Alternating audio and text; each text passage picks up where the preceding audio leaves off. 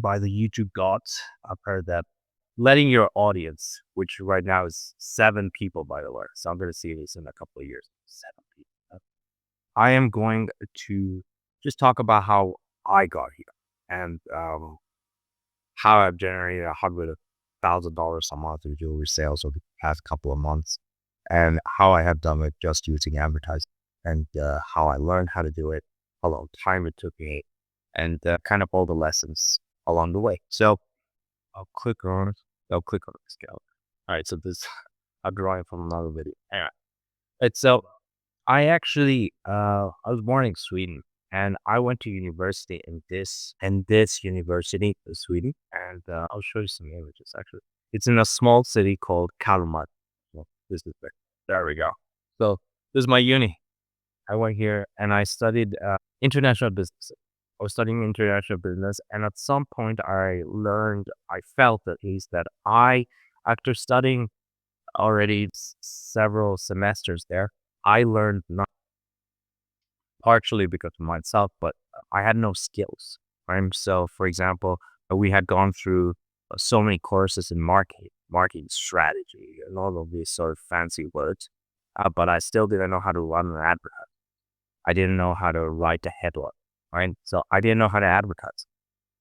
I didn't know how to market a business. So, for example, I could have taken 50 courses of marketing strategy, and then gone into a business, and they would have said, I need you to market my company and get me customers, and I would have been like post shit on this. I don't know. I know that. Right? So I decided that I had to stop being so useless, kind of, and learn skills. Very, very important. Now, the thing about learning skills is that I found that to learn a skill, right? So let's say the objective is a skill, right? To learn a skill, you need two things: work ethic and focus. And those two combined earn your skill, which, by the way, which is funny because these two are skills in itself, right? So the only way to learn a skill is by having those two skills. Now, how do you learn how those two skills? Well, you have to learn how to the, every skill you learn, right? So what I did was a couple of already maybe 4 years ago, time flies, but a couple of years ago, 4 years ago, I went to uni every day at 7 in the morning, because when I was at my apartment, I couldn't concentrate. Right, there was a bed, there was fridge, there was food. I couldn't concentrate. Right, I like to eat, I like to sleep, I like to watch movies. So I couldn't concentrate. I couldn't develop work ethic, and I couldn't focus. Right, so I went to uni, which has these sort of cubicles basically where you can just study. No noise, just study, which is nice. Right. So I used to go there, and just first day, I couldn't focus for more than 5 minutes. I used to I used to try to do something, and then I used to just start wandering, start walking around the room, drink something, go try to the vending machine, whatever. Like, so I couldn't focus. And then the next day I said, all right, last yesterday I did 5 minutes. That's super mediocre. Well, do 10 today. All right. And then I tried to do 10, and maybe I failed, maybe I didn't, but I tried to do 10. And then I tried to do 30. And then after I was able to like sit on my ass, accomplish one task for 30 minutes and do nothing else, then I was like, oh my God, I can concentrate for half an hour. Jesus, that's a lot. And then I just did that every day, 7 days a week for Se- August, September, October, November. So 4 months. All right. And I just developed the skills of work ethic and focus, which focus just meant do zero other things in the day than that one thing. And work ethic means do it all day, just hours, time on task, hours on task, right? Um, which kind of, you hear all these entrepreneurs saying, long work days. And what does long work days mean? It means 60 hours a day. This means you are trapped in a room for 16 hours a day. Now that's tough. It's pretty tough. And it has taken me a long, long time to develop work ethic. Focus, it took me a little less. Because, for example, after I would say 1 month, I could focus. I had the skill of focus. I had the skill of being able, one, to say no to everything, which is friends, everything, right? I had the skill of saying no. And I had the skill of doing nothing else but one thing, focus. Work ethic took way longer to develop. Um, After I remember, I stopped around 6 hours. I was like, I just cannot sit more. I need to go walk. I need to do something. And the minute you start going to walk, or at least for me, is you lose focus, you lose concentration, and you have to start from zero. Really not worth it. It was a very good idea just to go to 16 hours, right? Which again has taken 4 years to develop work. Uh, So yeah, but then what was the skill I developed? Well, at that point in time, AI wasn't so crazy, and I learned web development. So I was a web dev, right? And I learned how to do e-commerce websites and landing pages and CRO and SEO and all of these sort of fancy words, which again took me a bunch of time to learn what those terms even meant, right? But it's basically learn how to build with your fingers and your computer a website on the web, right? On the internet, right?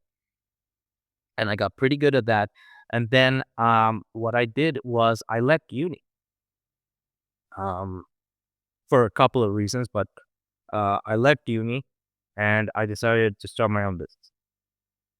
Now, since I was a web dev, I thought I will make websites for jewelry businesses, e-commerce websites for jewelry business. And then what I did was I surveyed um basically, I don't know, maybe 1,000 to 1,200 jewelry businesses in Sweden. Now obviously 1,200, they don't exist in Sweden, so I bought the list from all Scandinavia basically. And and I just surveyed them and I asked one question. And this was the question. What is the most difficult part of your business? That's it. That was the one question. Uh, I learned through developing work ethic and focus that if you have multiple questions in your mind, let's say one, two, three, four, you end up answering zero of them. However, if you don't have any of these and just have one, you answer. So I just asked one thing in my survey, and that was, what is the most difficult part of the business?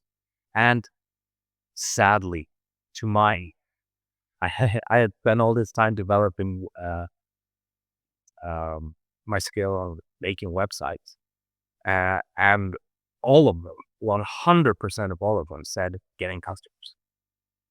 Getting customers was the most difficult part of the business. And that broke my heart because I had spent basically a year developing um, my web building skills, right? My website building skills. And now I wanted to build websites for these jewelry businesses, goldsmith shops, jewelry, buy and sell jewelry shops, big jewelry brands, middle jewelry, small jewelry brands, stone centers, all of this sort of stuff, all of these sort of businesses. And they didn't need my services. It was just there was no need for it. Um, and obviously, if you check all the jewelry brands, they all have websites. So, uh, or most of them at least have their own, either their own websites or they're set up on Shopify or Etsy um, or they have their own WordPress set up, their Wix, whatever they have, right? So I was like, all right, well, I don't want to hop a niche because you guys remember, focus, focus. Do not jump from one thing to another. Just focus. You're like, all right, well, if I'm gonna be a business, and then instead of searching for someone who wants my skill, I had to find a very good market and develop the skill that they need, and then give it to them, right? So I figured out that to obviously I figured out, everyone knows this, that to get a customer, you need three things: lead gen, which is generating traffic or generating leads, prospects, strangers who have never met you, who don't know your name, you don't know their name, nothing about each other, but somehow they saw your stuff either on social media or on a magazine, or someone told them about it. And now they give you their contact info so that you, the jewelry brand owner, call them and get them into the shop, right? Generating leads, generating traffic, generating interest in your stuff, in your jewelry, right? Step number one. Number two, lead nurture. Now, lead nurture is just the process of when you get the contact info of this stranger who showed interest in your stuff, how do you actually get them to walk into your shop or get on a Zoom call with them through your laptop and sell them? How do you do that? Right? So that's lead nurture. So you call them, you SMS them, you email them, you DM them, you do everything you have to do to get them to walk into your shop, right? And then you have sales, right? And sales is, well, everyone knows sales is just the process of talking to them and exchanging money for your jewelry. All right. So since these were the pillars, I figured out, well, I should figure out which one of these stages, since getting customers is the most difficult part of the entire jewelry brand. Even though, like, for example, you think about huge jewelry brand, Cartier, Bulgari, Van Cleef, Tiffany and Co. Um, let's say those, right? They spend the vast majority of their time generating the ad. They spend the vast amount of the resources generating the ad, which is crazy to think that you would supposedly already have to have, right? And they do.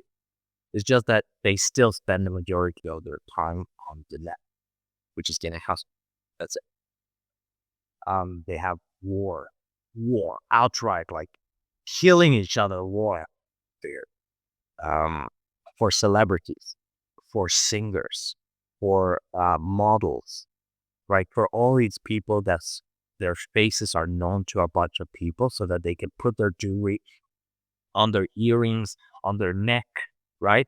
On their websites, on their ads, on their posts, so that a lot of people who know those celebrities will say, that's a beautiful jewelry, buy it. That's it, right? So I figured, well, in which which stage are the jewelry brand owners actually having a top column? Huh? And I figured it was these two: lead gen and lead nurture. Um, I asked again. This is a lot of time ago, so I asked. I would say around 50. Not all of them answered, but I asked 50 jewelry brand owners, like, if you. So I asked them first. Uh, if you would have 100% close rate, would you 10x your business? Like, if every person who walked into your shop, um, you would sell them 100%. There's no problem. Would you 10x your business? And they were like, no, because one person every 2 days walks into my shop. Like, oh, they 10x. All right, so so sales was not the problem.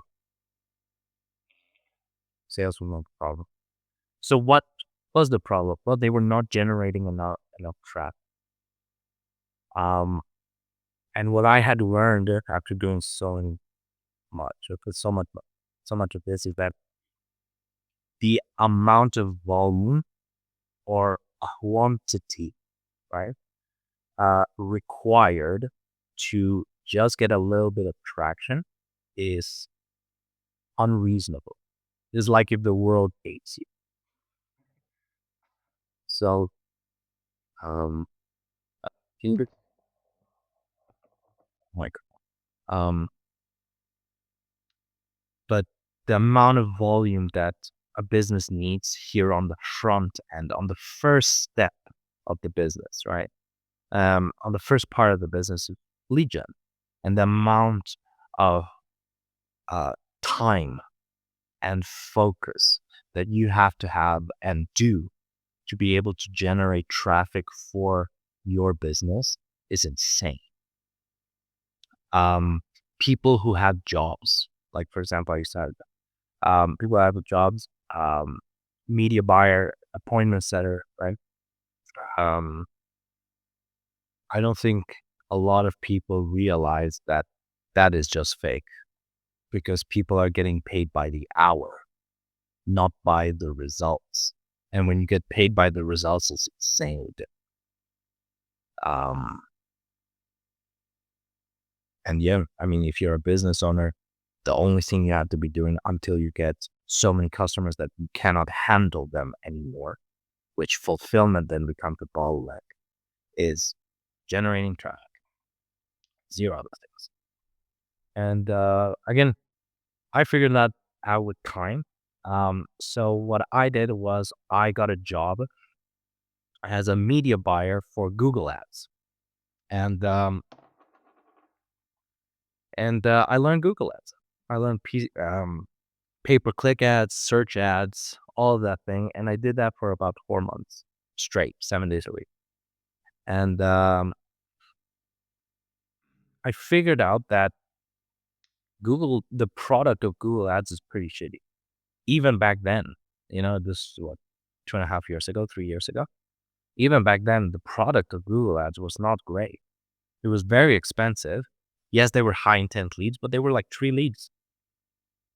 Like, it was not great. Um, so they were very, very expensive. You got few leads. You didn't close all of them. And that's not a great deal. So I figured, all right, what's the next best thing to generate traffic? Because 3 people a day, not traffic, right? 100 people a day, all right, traffic, right? Big difference. So what I learned is Facebook ads. And I first learned it on my own and then was a media buyer for some time. Meta media buyer, Meta, Facebook. And media buyer, by the way, just means you know what to click with your fingers to buy ad space on a platform. That's it. I know where to click. That's it. All right. And I worked as a media buyer. I learned myself and I got pretty good at it. I started being able to fit. Obviously, all marketers know this. So you just have to figure out with data, the numbers, the percentages. It's just like 1%, 2%, whatever. You don't have to do math by the if you think marketing is math, don't worry. It's not. Relax. Facebook tells you. You don't have to do anything. Right? But you figure out with time that, for example, if people are not clicking your ad, um, there is a data for that, like click through rate. If people are not seeing your ad, the impressions are terrible. There is a data for that, right? Um, if people are not giving you their contact info after clicking your ad, then the process of them giving you their contact info is just way too complicated, and people just said fuck off, and they just don't give you their contact. All right, so you have these steps, right? But by far, the biggest lesson that I learned was again volume plus concentration of focus, right? Because I was a mediocre media buyer in my job until I learned that I just have to make way more ads. That's it. There's no secret. There's no, oh, if you just do this one little interesting hack or tweak, no, just make 100 more ads. You'll get 100 more leads, like, or 100 times more leads, right? Um, which is what we need. You And so, yep, that's kind of my story. Um, I figured that at this point in time, I'm about to move back to Sweden. I'm not in Sweden right now. I'm about to move back to Sweden so that I can have the space, the time to be able to focus and to be able to just be able to work 16 hours a day, 7 days a week for 5 years. Right. I figure that I can do that. And I think I can build a huge business helping every jewelry brand owner, at least in the English speaking world, um, generate shit tons of traffic. Right. The interesting thing about the jewelry, basically market, is that it kind of works like this. So at the top, right?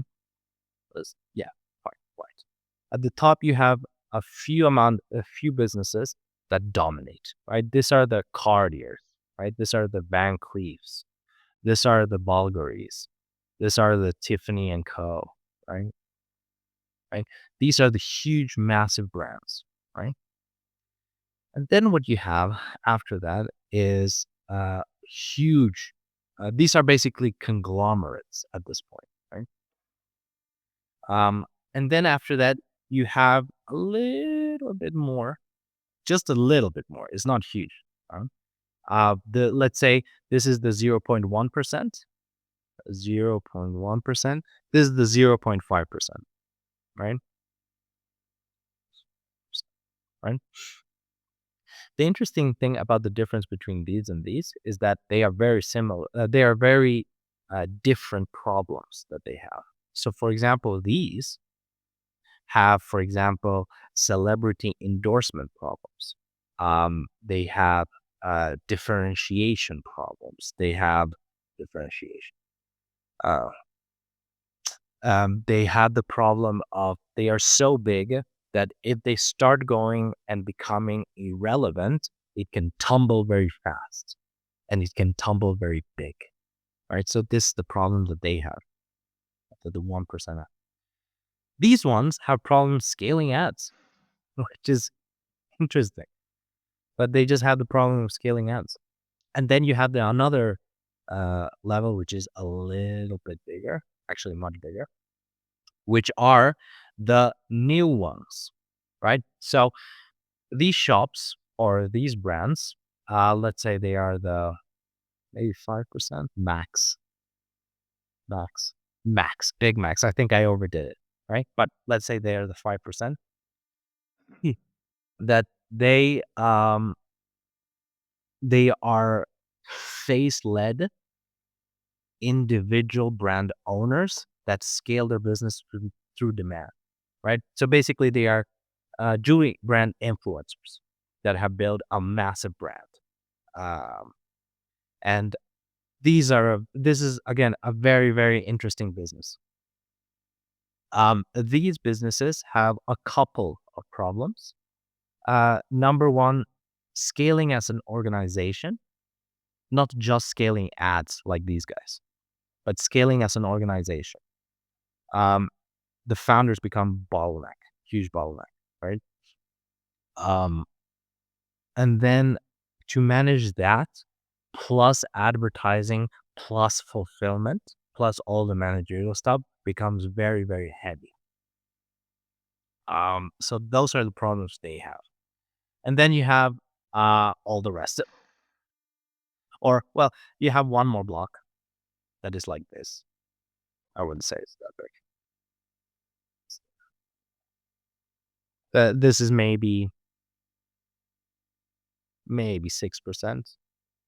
And these are the ones that are basically making from 100,000 a month to 1 million a month. This is more. This is 5 to 10. This is already in the multiple millions, and this is in the hundreds of billions, right? Because the interesting thing is that the difference between the 0.1% and already the 5% are billions of dollars. Like there is a bigger difference between the 0.1% and the 0.5% than there is between the 0.5% and the 90 fucking percent, right? So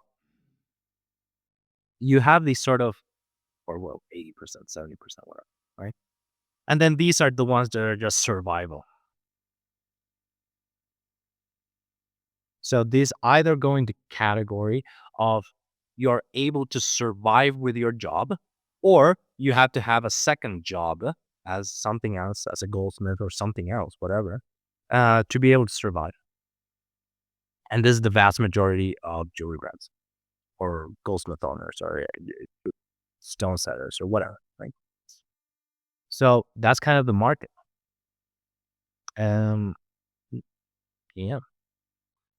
The thing that they don't understand, these guys, is that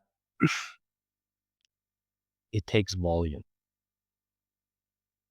because these guys have done decades of volume, decades.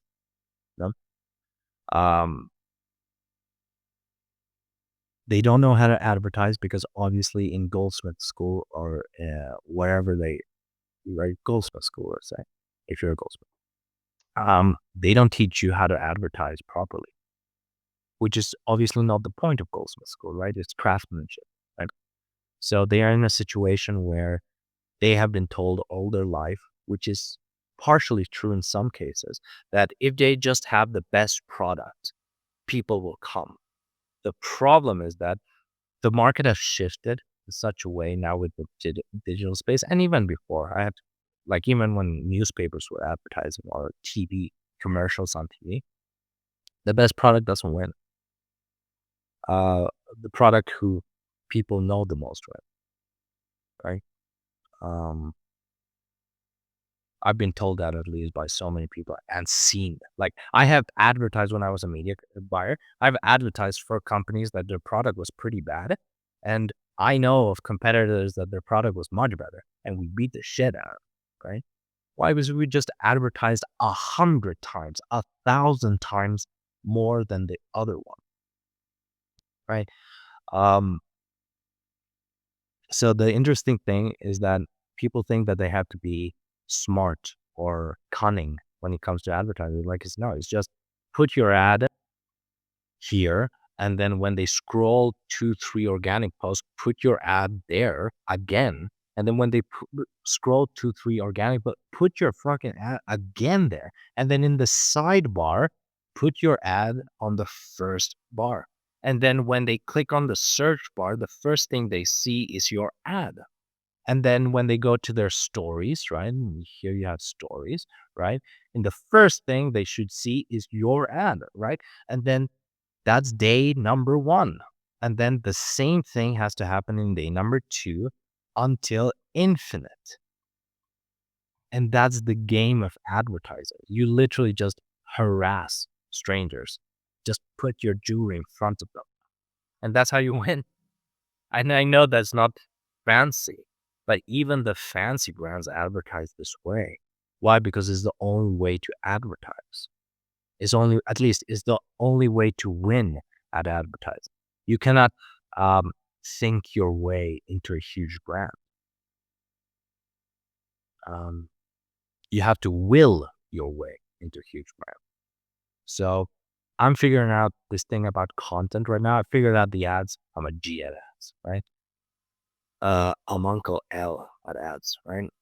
So I got ads done. I'm very good at ads. Now I'm figuring out content, and I'm terrible at content. Um, I don't know how to write. The interesting thing is that I'm pretty good at hooks for advertising. It's pretty easy for ads. Um, I'm good at headlines for ads.